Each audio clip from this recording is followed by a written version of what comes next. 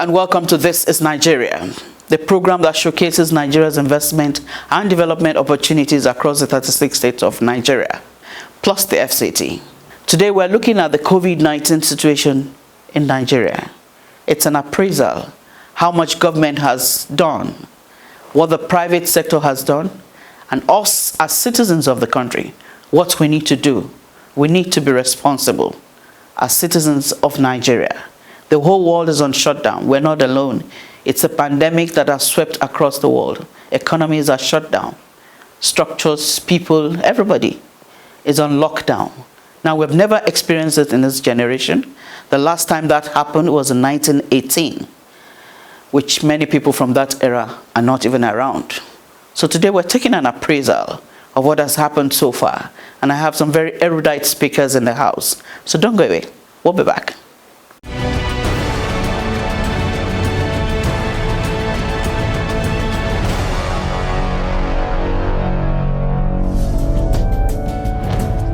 In the studio with me to discuss extensively on the COVID-19 situation in Nigeria is Dr. Muyiwa Adekoya, a pastor and a medical personnel. You're welcome to the program. Thank you very much. And seated next to him is Niyi, Akinsiju, a public affairs analyst and an investment analyst. You're welcome to the program. Thanks so much. Great to be here. We'll go on a short break. We'll be right back.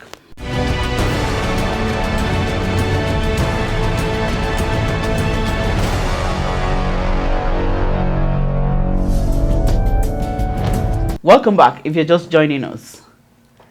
We're talking about the COVID-19 situation in Nigeria. It has taken the world by storm, and Nigeria is not an exception.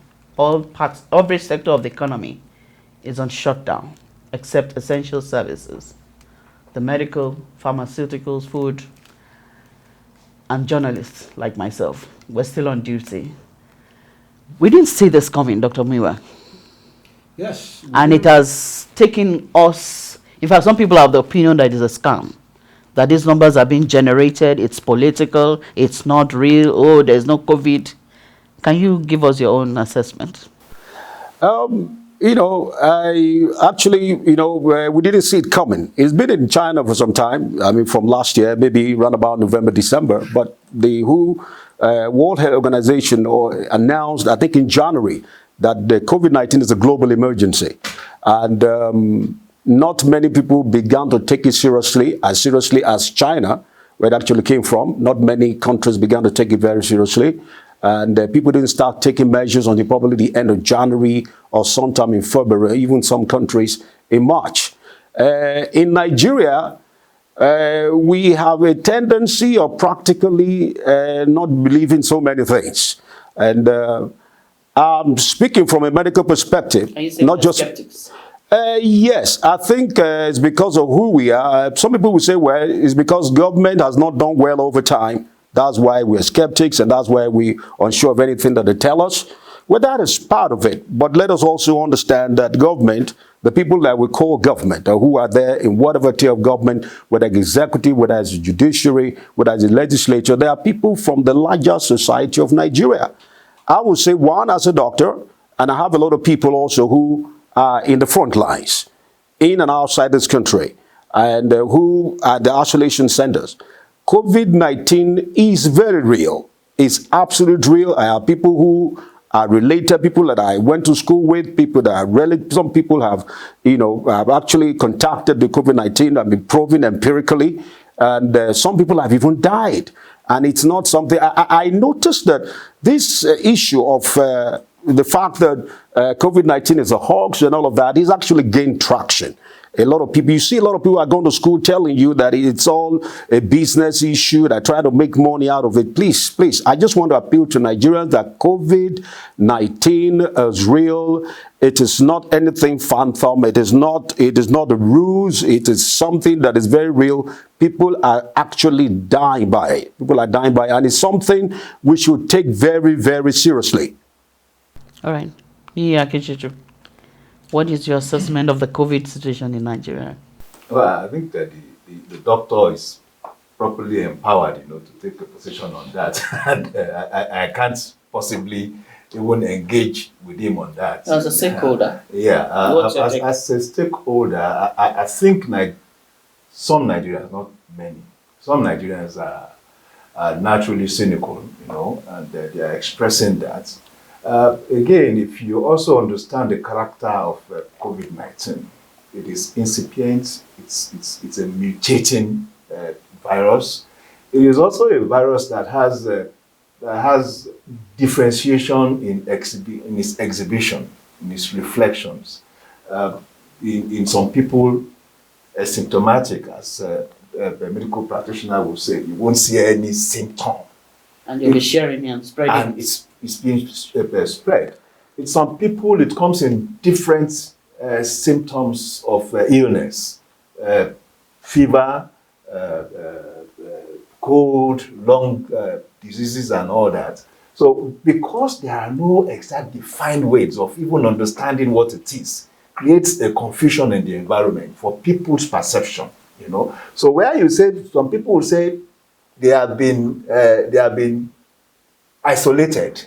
And they are saying for the past 14 days that you have isolated me, I have not had a headache.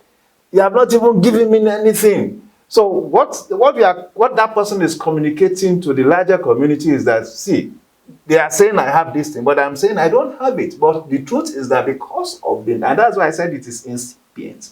Because of the nature of that virus, it's difficult to exactly define, what it's all about.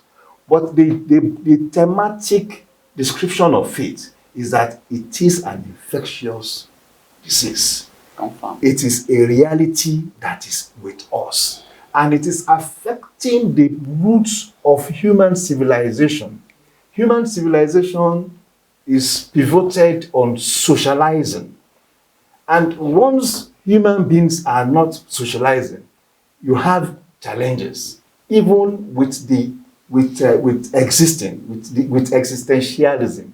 So, and this virus is attacking that root. So for us to learn to live with that virus is to first accept that it is there with us. If we do not accept, it will continue to ravage us. And it also reflects in different manners. Some people will say somebody died yesterday of fever. So another person died day after of a lung disease and all that. Now, those are reflections. Those are opportunistic diseases, But the truth of it is that they were also aggravated by COVID-19, as established by medical practitioners. Doc, let me come to you. Some people are saying that even the symptoms are it's like malaria, maybe an advanced form of malaria, and that the people being discharged are actually discharged from malaria treatment. What's your take on that? The truth about it, from all the research has been done concerning COVID-19, like we know that the coronavirus, the COVID-19 is a variant of that virus, which was first discovered, to human knowledge in 1937. It was discovered, I think, first located in chicken and other animals in 1937. But it was first discovered, located in man in 1960. In 1960, that's when, it was first discovered in man in 1960. And you have, because most people will have encountered coronavirus, half of the common cold that we have is corona. At least about 50% of it is corona. And it's called corona because, we have receptors. That virus is like a ball, and it has receptors on it that looks like, it looks like a crown, they call it. So, but when it was discovered in 1960, they came to light in 1960, it first came to man, it didn't do any major damage, so that's the issue now. Now, in 2003 was when he came I think that he actually also occurred in China in 2003, and about 8,000 people were infected and about 700 people died. Now, coming down to this present COVID-19, the basically is that 80% of people that have COVID-19, this variant of this virus, 80% will not develop severe symptoms. It might just be mild. It could be just like a bit of, fever, slight fever, some cough, it can be, you can have sputum, can be productive, and not be pretty much. Most times it is dry. And all that's a bit of headache and all that. But when it gets a bit exaggerated, like 13% of people who have coronavirus, 13% of them will have severe infections.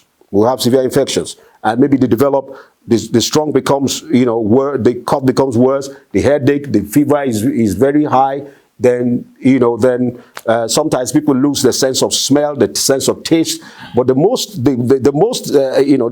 damaging thing about coronavirus, people that have, who demonstrate those kind of symptoms, that the receptors on the virus, they have a way of attaching themselves to this respiratory tract, what they call, there's a particular wall, the respiratory tract. So when it attaches them like that, when air comes in, it does not allow oxygen to circulate effectively. We all know that, you don't need to be a doctor to know that we know we all need oxygen. We breathe out carbon dioxide and we breathe in. So at the end of the day, the cells and the tissues are not oxygenated. So when they're not oxygenated, that means that you have multiple system organ failure. And that's how people go. And you can't wait until, so there are people that can stay at home, honestly, without, if you are positive, for example, somebody is positive, you can actually, the person might not develop any symptoms and they might just think it's a waste of time. When you're at an isolation center, it's not a waste of time. They want to see whether monitor you day by day to make sure you're good. It's not a waste of time. And I think our people especially are very impatient. We see conspiracy in practically everything. You said some people are skeptics and few people, but I think a lot of Nigerians, for me, with my interaction, we put conspiracy theory behind everything. Everything government does is very bad. It's only all the people who are very nice people are outside government. All the people in government are liars, and that is the mentality we have, and we're supposed to get away from it. We'll go on a short break. Stay with us. We'll be back. No nation depends on one source of revenue if it wants to create a sustainable economic development and a future for its citizens. Countries have all grown and sustained their respective economies through non-oil exports, and Nigeria Export Promotion Council (NEPC) is strategically positioned to do more on 22 priority export products under the Zero Oil Plan, the One State, One Product initiative, and the Nigeria Diaspora Export Program, which are needed pillars of success in our economic recovery and growth plan. Invest in non-oil export business such as sorghum, cassava, yam, shea nut, ginger, and reap bountifully. Export business guarantees a prosperous future through inclusive wealth and job creation. Join hands to make Nigeria one of the top 20 largest economies in the world. Export business, tomorrow's business. For further inquiries, visit .nepc.gov.ng. Welcome back. If you're just joining us, this is Nigeria, and we're unlocking the COVID situation in Nigeria. So, Doc, you were talking to us about the skepticism of Nigerians. Some people are also of the opinion that the testing kits we have is not enough, that the figures we're getting are actually not realistic. It's not commensurate with our population, that there can be a lot more in the system. Yes, there can be a lot more system. I agree that we don't have enough kits, and it's an issue of logistics and also issue of availability. We didn't see this thing coming. You know how our health system is. You know that even the secretary to the federal government said he didn't know how bad our health, infrastructure was like. Let me use that. Let me borrow the word infrastructure. Until this happened. That he didn't know how until now, and most government officials would not like to say that publicly. But I think he said it on the spur of the moment from a heart of sincerity. I know some people criticized him for that. So now the truth about it is that the kits, yes, they're not enough. But even like at the time I heard Dr. Chike Hikawazu, the NCDC Director General, saying that we had a capacity to test about, at the time he said 3,000 a day, but you could do less than probably 200, or I don't know. Because some of our people actually dodge tests. There are people who who traveled, and they hide the travel history.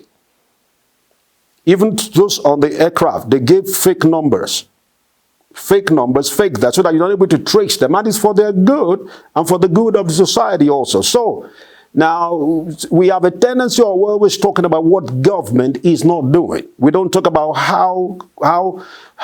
what is the level of our cooperation. That's one thing about this society. Everything is on government. We don't talk about our personal involvement. Many people, they have to be traced by NCDC, police to their houses. People who say, listen, you have a contact, you had a contact with this person who is COVID-19 positive. And we need to isolate. And people, they have to go after them to their houses. People are dodging. That's not government. People are dodging to be tested. So a combination of the fact that the test kits are not as many as we're supposed to have, and people are not cooperating. Some people think it's a joke. And some people also think that they could inject something into them that also will worsen their situation. That's the problem. So I just want to, I tell people, I'm not saying you should believe everything government says, but let's fact check. Let's not just listen to what some person said that without doing a fact check. And let's reason through the things. Government, a lot of things that government says, and we know quite a number of people in that task force, are people who are well-meaning and they have a level of expertise. Let us cooperate with them. And if there are people also who have money, we can also, and mobilize them, because they need a whole lot of money. Nigeria has 200 million people. It takes money to service. Even, it doesn't matter. It takes plenty of money. Let me put you on pause. Let me go to Niyi Akinsiju. Yeah. So what is your assessment of the private sector efforts to help in stemming the tide? I must confess the private sector has been up and doing impressive. They have, I think, two groups. You have the private sector coalition, and you also have the NNPC and friends. Between the two of them, I think they've been able to raise up to 23 billion naira. With a special focus on spending this on building and enhancing our health infrastructure, which is good.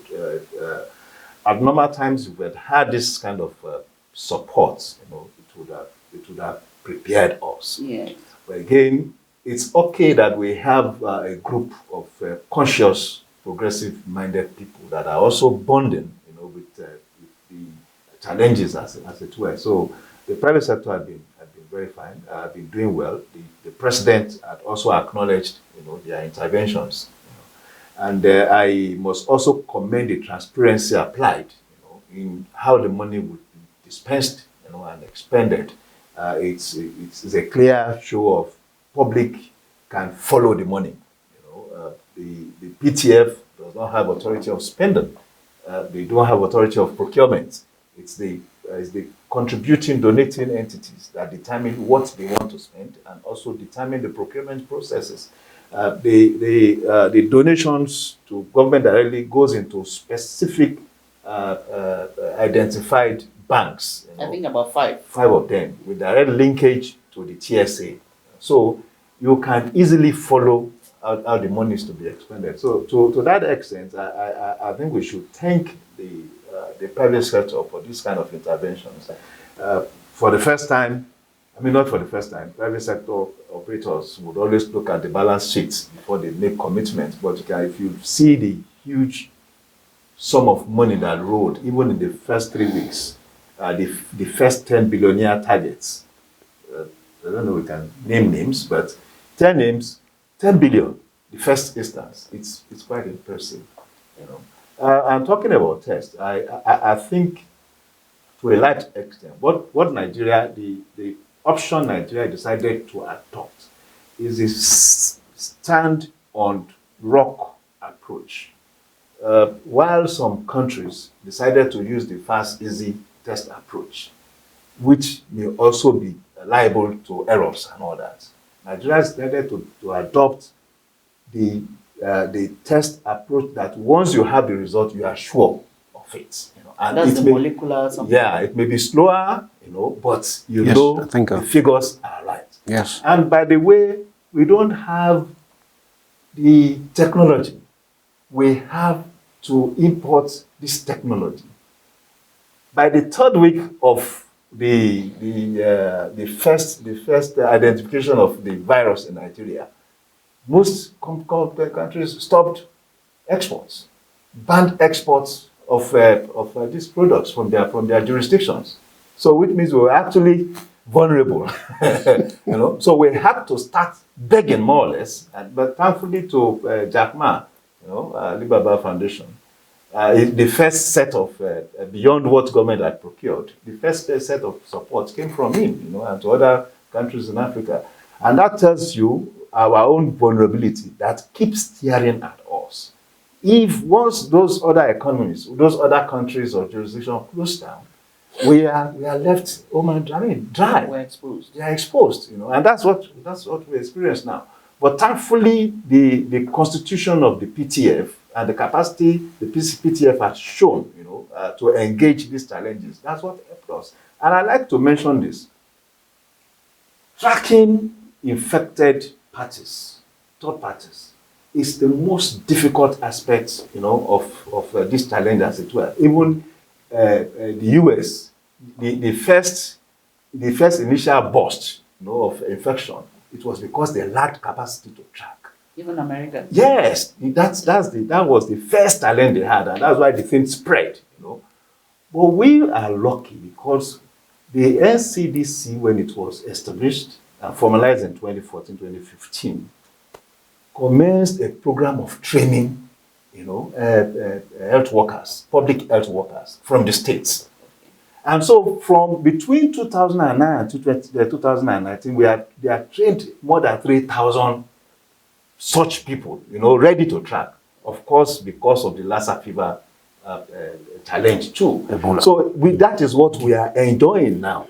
It would have been more, it would have been monstrous. The impacts would have been more debilitating if we didn't have capacity to track, because people would just be going into the community, you know, and you have a huge community spread.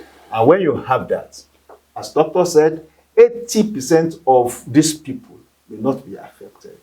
But the 20%, so you can also imagine 20% of 1 million people. If 1 million people were infected, we are talking of 200,000 people likely to be affected, to show serious ailments. And out of that 1,200,000, it is also likely, you know, that 50% of those ones will be fatalities. So 100,000 people. If a country loses 100,000 people within a short period, you know what it implies. And that is what we are recording. It's been recorded in the US. Brazil had become the major the epicenter now, you know. And we pray that we do not also have to experience that, especially when you consider our social condition, you know, the way we cluster, our economy. We are a poverty-based economy. And because of that, it reflects on our social condition. Is there no other name to give it? Well, no, the truth is that we are a low middle income economy. Thank you. The reality is that we have a large number of our people who live under the poverty line. Yes. It's the truth, you know.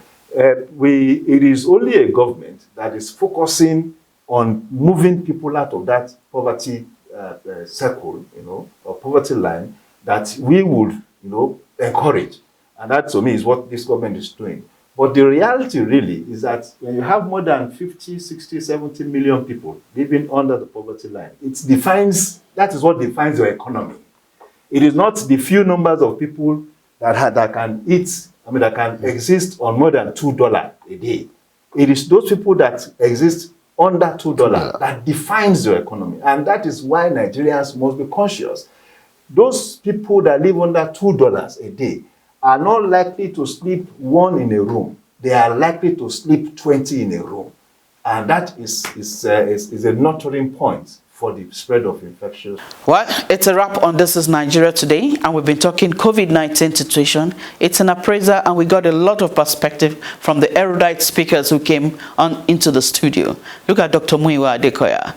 The perspective from the medical background, I really didn't have that, and it's quite interesting. And also Niyi Akinsiju, Thank you for coming on to the program, and watch out for the concluding part of that edition. My name is Muyiwa. God bless Nigeria, and stay safe.